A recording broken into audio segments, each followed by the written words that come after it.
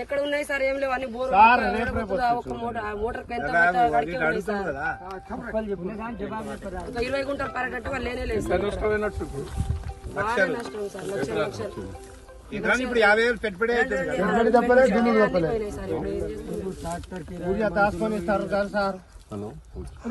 Sir. అప్పుడు మీరున్నప్పుడు సాగుడు పట్టింది. ఇప్పుడు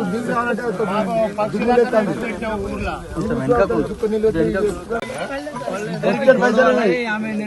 రావాలంటే నేను ఉండాలా సవాలని బాగా భార్య భర్త ఇద్దరు ఇడిపోయి ఆ వారం రోజుల వరకు అసలు ఇద్దరు కలవనే లేదు వాళ్ళు. నీళ్లు లేక ఇబ్బంది సార్. పెట్టుబడి పెట్టక రావడం లేదు సార్. 2 సంవత్సరాల నుంచి నీళ్ళు లేదు సార్. ఇబ్బంది పడుతున్నాం. పశువులనే మేపిస్తున్నాం సార్. మన తెలంగాణ సార్ నీళ్లు వచ్చేది. ఇప్పుడు కాంగ్రెస్ ప్రభుత్వం ఉన్నప్పటి నుంచి 2 సంవత్సరాల నుంచి నీళ్ళే లేదు సార్. వాళ్ళు కాంగ్రెస్ వాళ్ళు అడిగితే ఏమంటారు? పట్టిమే చేస్తలేరు సార్. దొంగలు పట్టింగ్ చేస్తలేరు సార్.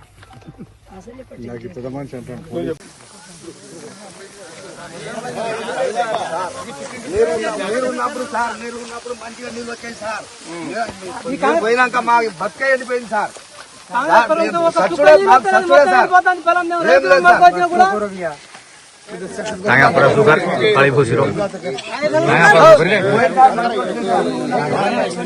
రైతులకు అన్యాయం చేస్తున్నాడు. నీళ్లు లేక కరెంటు కూడా 24 గంటల కరెంట్ ఇచ్చేది. ఇప్పుడు ఎప్పుడు పోతుందో ఎప్పుడు వస్తుందో కరెంటు కూడా 12 గంటలకు కూడా వారంటీ లేదు సార్. మోటార్లు గాలిపోతాయి, స్టార్టర్లు గాలిపోతాయి. పాత 10 ఏళ్ల కింద కాంగ్రెస్ ప్రభుత్వం 7 గంటల 9 గంటల కరెంట్ ఇచ్చింది. అది ఇప్పుడు గుర్తుకొస్తుంది. నీళ్లు లేక ఇబ్బంది పడ్డది. మోటార్లు గాలిపోయేది, స్టార్టర్లు గాలిపోయేది. మళ్ళా పాత రోజులే వచ్చినాయి. రైతుల పరిస్థితి ఘోరం. మళ్ళీ యూరియా దొరకక ఇబ్బంది పడతారు. అన్ని గోసలే. అన్ని రైతులను మోసం చేశారు. ఇంకా వేరే అన్నిటిని మోసం చేసింది. వాళ్ళు 420 హామీలు మోసం చేసినాయి. 6 గ్యారెంటీలు మోసం చేసినాయి. అవి కాదు, కేసీఆర్ గారు ఇచ్చినాయనే చేస్తలేదు. కేసీఆర్ ఇచ్చిన పథకాలనే వీళ్ళు కంటిన్యూ చేస్తలేదు. ఘోరమైన పరిస్థితి ఉన్నది. ఇప్పటికైనా రేవంత్ రెడ్డి గారికి, కాంగ్రెస్ పార్టీలకు నేను రిక్వెస్ట్ చేస్తున్నా. ఈ ధర్మాపూర్ కింద ఈ తండలన్నీ రైతులే వాళ్ళు, రైతులు వాళ్ళు. గతంలో కేసీఆర్ రాకముందు ఏడాది ఉండే పొలాలు వేసుకోలేదు. ఏం వేసుకోకపోయేది. ఏదో మొక్కజొన్న, పల్లి అని అది ఇదని వేసుకునేది. కేసీఆర్ గారు వచ్చిన తర్వాత ఒక ధైర్యం వచ్చి ఈ ప్రాంతం అంతా నీళ్లు రావటం వల్ల వరి వేసుకున్నారు 10 ఏళ్ల బట్టి.